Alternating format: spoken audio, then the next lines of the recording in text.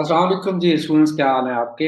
आज हमारे साथ नासिर नवाज़ बैठे हुए हैं माशाल्लाह he is in Australia right now, registered migration consultant हैं ऑस्ट्रेलिया के और माशाल्लाह सिडनी यूनिवर्सिटी से मास्टर्स ऑफ लॉ किया हुआ है नासिर ने।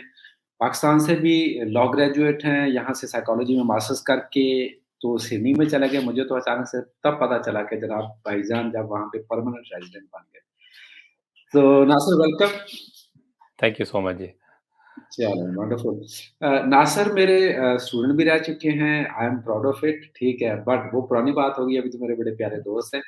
तो नासिर को हमने मदऊ किया है अभी अ, कुछ क्वेश्चन पूछने के लिए कि CSS versus immigration, how he feels about it कि कौन-सी चीज़ किस तरह से है, क्या बेहतर ऑप्शन है? क्योंकि नासिर भी एक वक़्त में सीएसएस की तैयारी करते रहे हैं, तो आई थिंक्स कि no one is better than him जो कि इस चीज़ पे कमेंट कर सके।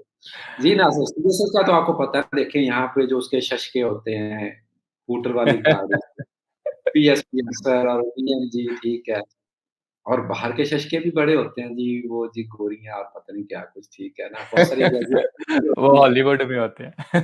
वो हॉलीवुड में होती है। So how do you see कि आपको एक दफ़ा अगर दोबारा फिर चांस मिले, जी, जी। CSS versus immigration to Australia, hmm, how do hmm. You see it? अच्छा it's actually it's a tough choice first of all. अच्छा जो सीएसएस के हवाले से ये है मेरा जो एक्सपीरियंस रहा वो जी। ये बड़ा अच्छा एक्सपीरियंस है। CSS either you pass it or not, you hmm, get allocated or not. मुझे ये लगता है कि सीएसएस के प्रोसेस में ऐसा है कि आप जब आप तैयारी स्टार्ट करते हैं तो आप एक मशीन से अगर गधा डालें ना तो दूसरी साइड से निकाल देना एफर्ट के बाद वो इंसान का बच्चा ज़रूर बन जाएगा।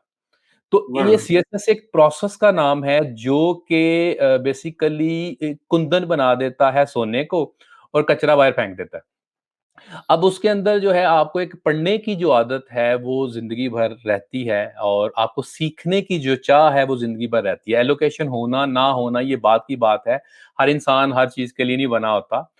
और जो मेरे साथ ये है कि अगर मुझे दोबारा से ये अपॉर्च्युनिटी मिले, तो मुझे लगता है मैं अगर दोबारा से अपॉर्च्युनिटी मिले ना, तो मैं फिर भी वही हरकत करूँ जो मैंने अभी की है। यानी कि मैं सीएसएस की भी तैयारी करूँगा और मैं बाहर भी आऊँगा। गुड क्योंकि हो गया। पैरेलल इस दोनों में एक्सपोज़र मौजूद है बेसिकली। हुँ। अच्छा, अब बाहर यहाँ पे देखें सीएसएस के मुतालिक जो स्टूडेंट्स हैं उनको तो बड़ा अच्छी तरह से आइडिया है कि उनके पास क्या अपॉर्च्युनिटीज़ हैं। सीएसएस की अंडर एलोकेशन अगर नहीं भी होती तो स्टूडेंट्स के पास ऑप्शंस हैं, वो असिस्टेंट डायरेक्टर एफआईए मतलब गवर्नमेंट की बेशुमार जॉब है। इवन मैंने अपने स्टूडेंट्स जो कि सीएसएस क्वालीफाई नहीं भी कर सके, तो वो प्राइवेट सेक्टर में उन्होंने बड़ी अच्छी अपॉर्च्युनिटीज़ जो हैं उन्होंने अवेल की क्योंकि उनका एक्सपोज़र बहुत अच्छा हो गया। एग्ज़ैक्टली। और स्टिल बहुत सारे लोग जो हैं उनको जो फ़ॉरेन क्या कह लें अपॉर्च्युनिटीज़ हैं इमिग्रेशन का, पता तो होता है जी इमिग्रेशन होती है ऑस्ट्रेलिया, यूके, कनाडा ब्ला-ब्ला। बट अगर कोई बंदा वहाँ पे जाता है तो कौन-कौन से सेक्टर्स हैं, जहाँ पे आप समझते हैं कि ज़्यादा बेहतर चांसेज़ हैं उनके लिए ग्रोथ के और वो ईज़िली वहाँ पे एडजस्ट हो सकते हैं? अच्छा जैसे सीएसएस के हवाले से भी है कि डिफरेंट ग्रुप्स हैं और एक सिस्टम ऐसा डेवलप्ड है कि उसने पीएएस में, पीएसपी में या फॉरेन अफेयर जो कि टॉप चॉइसेस होती हैं, लेकिन कुछ लोग फॉर्च्यूनेटली और अनफॉर्च्यूनेटली और बाय डिज़ाइन जो है दूसरे ग्रुप्स में एलोकेट हो जाते हैं, दे परफॉर्म वेरी वेल। इसी तरह इमिग्रेशन के हवाले से भी यही है कि जब आप मैं जैसे ऑस्ट्रेलिया में हूँ, तो ऑस्ट्रेलिया में तकरीबन हर एक आपको फ़ील्ड के अंदर अपॉर्च्युनिटीज़ मिलती हैं, डिपेंड करता है कि आप कितनी एफ़र्ट करना चाहते हैं। आपको सिर्फ़ ग्रेविटेशनल पुल से ज़ोर लगा के बाहर निकलना होता है, मैदान में आप खुद घूमते हैं। मैंने बहुत सारे लोगों को ये कंप्लेंट्स करते देखा है कि यार रेसिज़्म है, हमें अपॉर्च्युनिटीज़ नहीं मिलती। मैं टू बी ऑनेस्ट मैंने आज तक ये रेसिज़्म मुझे नहीं लगता रेसिज़्म है। मुझे ये लगता है कि अगर आप एफर्ट डालते हैं तो कर सकते हैं। लेकिन अगर ऑस्ट्रेलिया की बात करें तो Australia basically service based country है। यहाँ पे आपने ये देखना है कि कौन-सी सर्विसेज़ जो हैं वो बड़ी बूम कर रही हैं और आपका कॉम्पिटिशन उन्हीं के साथ है, स्पेशली फाइनेंशियल सर्विसेज़। यहाँ पे जो सॉफ्टवेयर डेवलपमेंट का है, साइबर सिक्योरिटी का है या जो सॉफ्टवेयर इंजीनियर्स हैं, डेवलपर्स हैं, डिज़ाइनर्स हैं, उनकी डिमांड बहुत ज़्यादा है अगर आईटी सेक्टर की बात की जाए। इंजीनियरिंग की अगर बात की जाए तो उसके अंदर सिविल और इलेक्ट्रिकल ऑब्वियसली और mechanical of course they are high in इन डिमांड। टेलीकॉम की उस हद तक ज़रूरत तो नहीं है लेकिन चल जाता है। इसी तरह जो मेडिकल की फील्ड को अगर हम कवर करें तो डॉक्टर से लेकर स्पेशलिस्ट तक they are top notch professionals. Even nurses जो हैं, नर्सेज बहुत हाई हैं डिमांड में हेल्थ रिलेटेड जितना भी है।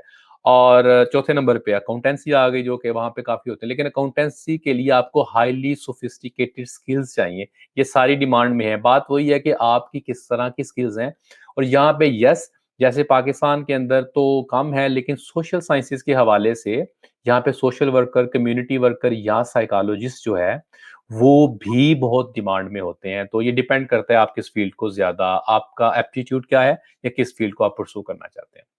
अच्छा, इसमें अब इसी से मैं एक लीडिंग क्वेश्चन आपसे पूछूँगा कि आपने ये दैट्स ट्रू, आपने बड़ा अच्छा बेहतरीन एनालिसिस किया। मेजर हमारे जो पाकिस्तान से या इंडिया से जो लोग जाते हैं, वो इन्हीं 4-5 सेक्टर्स में अप्लाई कर रहे होते हैं। अच्छा, ये नर्सिंग वाला जिस तरह आपने बताया कि वो तो वहाँ पे जाके उनको पता चलता है कि यार मतलब वहाँ पे मेल बॉयज़ जो हैं, वो भी नर्सिंग का उनको भी कोर्स दर्शी जाके कहते हैं। हाँ जी। वो भी करते हैं and the yes. Only thing is कि वो उन्होंने नर्सिंग करनी नहीं होती, वो सिर्फ़ वहाँ पे परमानेंट रेज़िडेंस लेने के लिए नर्सिंग कर रहे होते हैं। अच्छा, अब पहला क्वेश्चन ये है कि अकाउंटेंसी में जब हम वो आपका एक स्कोर कार्ड होता है ना इनका भी, कितने पे पीआर मिल रही है 90, जी। 95 पे, 80, 85 पे, उस लिहाज से अगर आप देखते हैं कि सैचुरेशन किसमें ज़्यादा है और किसमें अभी स्कोर ज़्यादा कम है? अच्छा, अभी अकाउंटेंसी में सैचुरेशन काफ़ी ज़्यादा है। अब अकाउंटेंट्स भी 2 तरह के हैं यहाँ पे, जिस तरह पाकिस्तान में तो उस तो वहाँ पे भी 2 तरह के ही आपको नज़र आएँगे मेनली।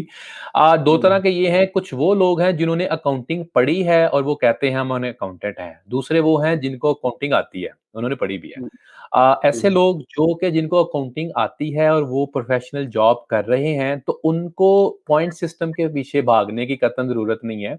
उनको एम्प्लॉयर ही या कंपनी स्पॉन्सर करके पीआर दे देती हैं, परमानेंट रेजिडेंसी उनको मिल सकती है। लेकिन सब्जेक्ट टू कि आपको अपना काम आता है, जैसे मैंने पहले कहा। तो यस, पॉइंट के हवाले से अकाउंटेंसी बहुत ऊपर पॉइंट्स चाहिए, फिर भी शायद आपको ना पीआर मिले। लेकिन अगर आपको स्किल आती है, तो एम्प्लॉयर नॉमिनेटेड या स्पॉन्सर्ड के ऊपर आपको रेजिडेंसी मिल सकती है। अब ये जो वाला काम है it's a very big task employer की नॉमिनेशन लेना या स्पॉन्सर करवाना। व्हाट आर द वेज़ और मीन्स या कोई वेबसाइट जहाँ पे आपको पता चले कि मैं वहाँ से जाके या वैसे ही आपने सीवी फेंकनी है, क्या तरीकाकार होगा उसके लिए? अच्छा, इसका तरीक़ेकार ना डिफरेंट तरीक़ाकार है यहाँ पे रिक्रूटमेंट के। यहाँ पे रिक्रूटमेंट प्रोसेस बड़ा रिगरस किस्म का होता है। मिसाल के तौर पे किसी ने अकाउंटेंट हायर करना है ना, उसके लिए हायरिंग एजेंसीज़ या रिक्रूटमेंट एजेंसीज़ काम करती हैं। और टू हुँ, योर सरप्राइज़ मुझे भी जब पता चला मैं हैरान हो गया कि एक कैंडिडेट को रिक्रूट होते-होते मिनिमम 3 से 6 महीने लग जाते हैं। उनके इंटरव्यूज़ होते हैं, टेक्निकल इंटरव्यूज़ होते हैं और on top of that recruitment agency को एक कैंडिडेट का $20,000 तक मिलता है, इससे ज़्यादा। यानी कि हुँ। पाकिस्तान के कोई 22-23 लाख रुपया बन गया कि एक कैंडिडेट हायर करने के लिए कंपनी ने उसको पैसे दिए रिक्रूटमेंट वाले को। तो एक तो रिगरस प्रोसेस होता है। इसके लिए यही है कि रिक्रूटमेंट एजेंसीज़ होती हैं, मेनली वेबसाइट होती हैं, जो क्लासिफाइड जो वेबसाइट हैं वो हैं, उनको आप जाके वहाँ पे अपनी सीवीज़ वगैरह दे सकते हैं और एक प्रोसेस है मेरिट के थ्रू आप रिक्रूट होते हैं। लेकिन जब आप रिक्रूट हो जाते हैं, employer love to retain you if you know your work. तो ये गुड। एक प्रोसेस इनिशिएट करना, किक ऑफ करना, सो गेट रिक्रूटेड और signed up, that is a rigorous process. लेकिन वहां पे रिटेन कराना फिर आगे एम्प्लॉयर का काम है, वो आपको रखेगा रखेगा क्योंकि उसके लिए भी उतनी ही एक्सरसाइज है दोबारा आपके लिए अच्छा, अब उसमें जो मेजर रिक्रूटमेंट एजेंसीज़ हैं, एक तो जिस तरह सीक है वहाँ पे, वो तो हम उसको जॉब पोर्टल हम कहेंगे, रिक्रूटमेंट एजेंसी तो शायद हम उसको नहीं कहेंगे। ओपन रिक्रूटमेंट है, फर्स्ट पर्सनल है, कुछ के मुझे नाम याद हैं। तो just can you count a few, मतलब मैं चाह रहा हूँ कि लोगों को रियल में अगर दे गेट अ क्लू ठीक है। कि अच्छा, उसमें उसमें देखें आप बिल्कुल सीक है, SEEK seek.com.au पे आप जा सकते हैं, indeed.com.au पे आप जा सकते हैं। हुँ, जो जॉब सीकर ये बेसिकली गवर्नमेंट की वेबसाइट है, उसके ऊपर आप जा सकते हैं। उसके अलावा LinkedIn is very very efficient here.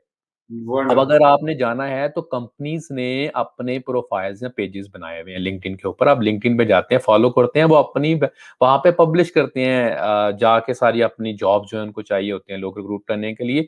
On top of that recruitment agencies उनके पेजेस पे जाएँ, उनके साथ आप इन कॉन्टैक्ट रहें, तो this is the best way to get recruited. चलें जी, वंडरफुल। अच्छा, आप उसमें स्टूडेंट्स को और जितने भी लोग हमें देख रहे हैं पाकिस्तान से या इंडिया से इवन, वो जो भी कमेंट्स, उनके जो क्वेश्चंस हैं वो कमेंट्स में पोस्ट कर सकते हैं। नासिर नवाज़ साहब जो हैं, he is a registered migration consultant of Australia.